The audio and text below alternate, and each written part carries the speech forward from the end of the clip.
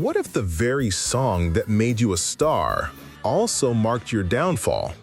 Some tracks didn't just climb the charts, they set dance floors on fire, filled the airwaves, and etched themselves into memory. But for the artists, those shining moments came with a hidden cost. Today, we revisit 5 unforgettable hits from the 60s and 70s, songs that gave everything and took it all away. Stay with us. These aren't just chart toppers, they're career killers. We begin our countdown with number 5.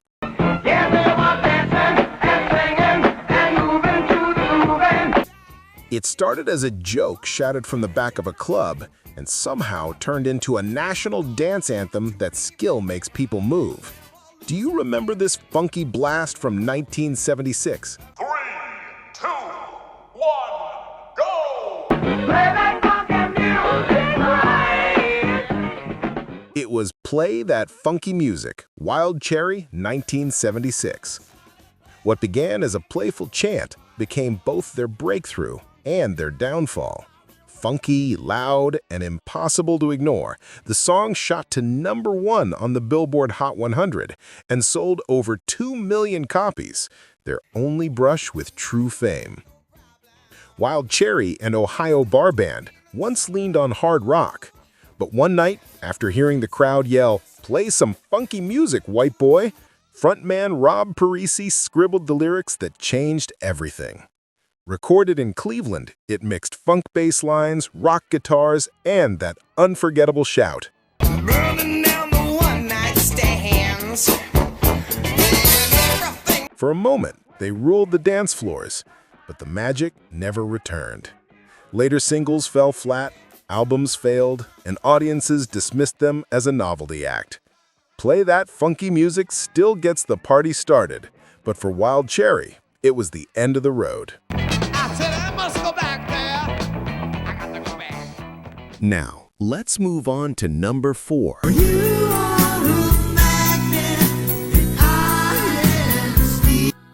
Smooth as a summer breeze, glowing with California sunshine, it felt like the soundtrack of every 70s romance.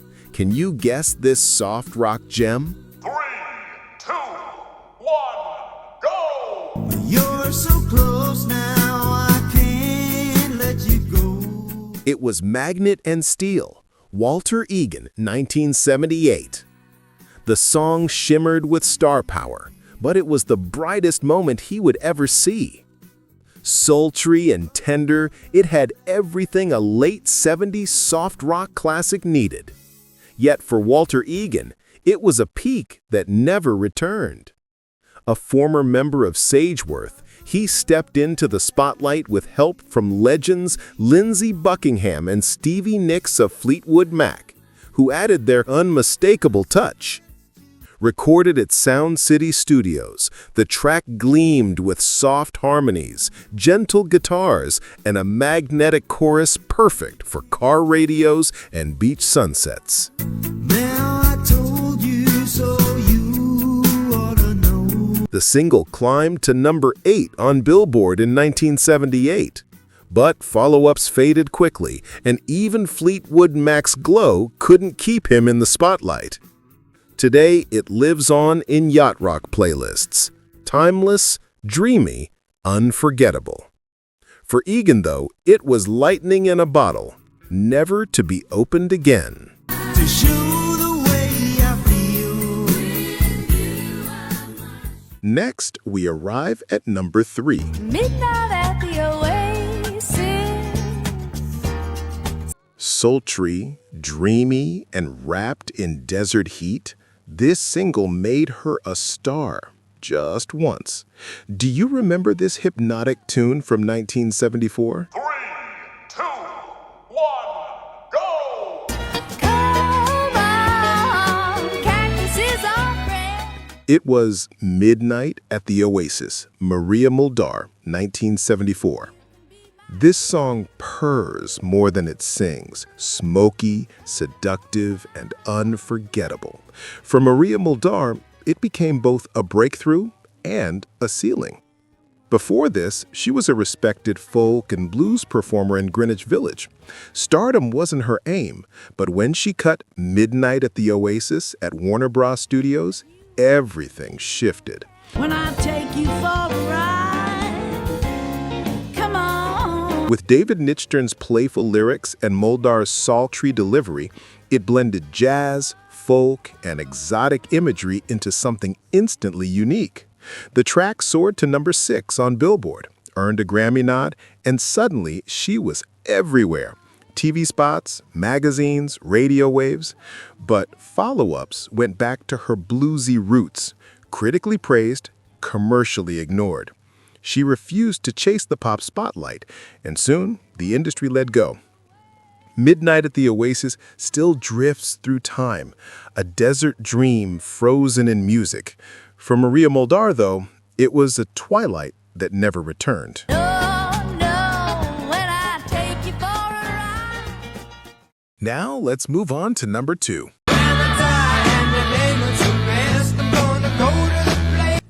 A gospel hymn colliding with psychedelia, crafted by a Jewish rocker who never meant to preach.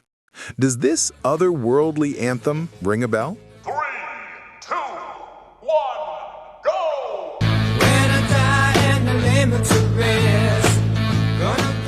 It was Spirit in the Sky, Norman Greenbaum, 1970. This track was his stairway to fame and his only step. Opening with a fuzz-drenched riff, it soared into gospel harmonies about salvation, unlike anything else on the air in 1970. Greenbaum, a Massachusetts-born singer-songwriter, wrote it in just 15 minutes, inspired by old westerns and a fascination with gospel. With producer Eric Jacobson and elite session players, the record came alive.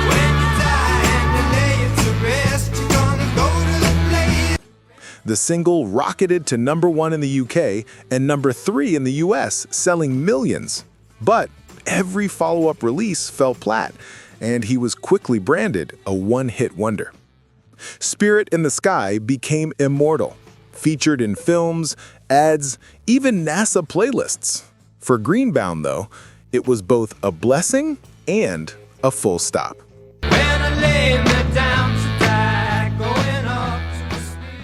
And finally, we reach number 1.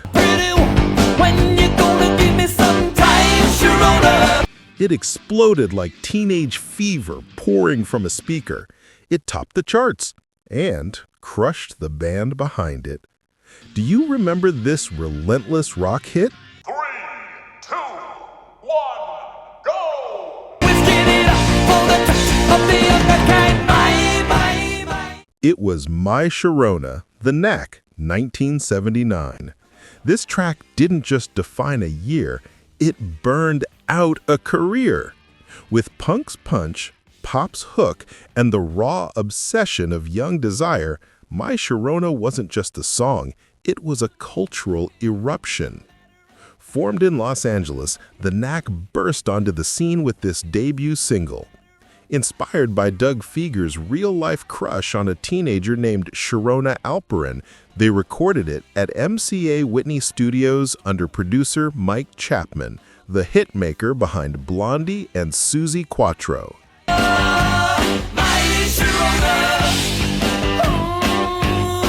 The stuttering vocals, relentless beat, and searing riff made it unforgettable. It shot to number 1 on Billboard, holding the spot for 6 weeks. But fame came too fast. Critics turned, calling them derivative and sexist.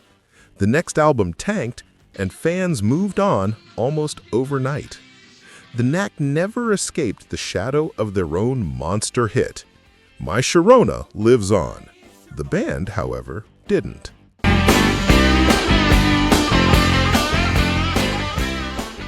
Let's pause for a moment. Did one of these songs strike a memory for you?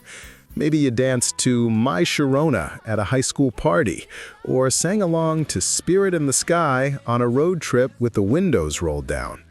Perhaps you remember exactly where you were the first time Magnet and Steel floated through the air. Which of these hits still echoes in your heart?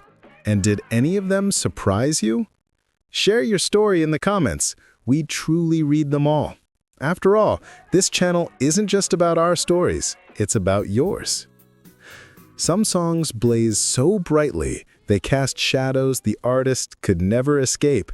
For these 5 musicians, one single gave them everything and quietly took it all away. But the beauty is this: the music never disappeared.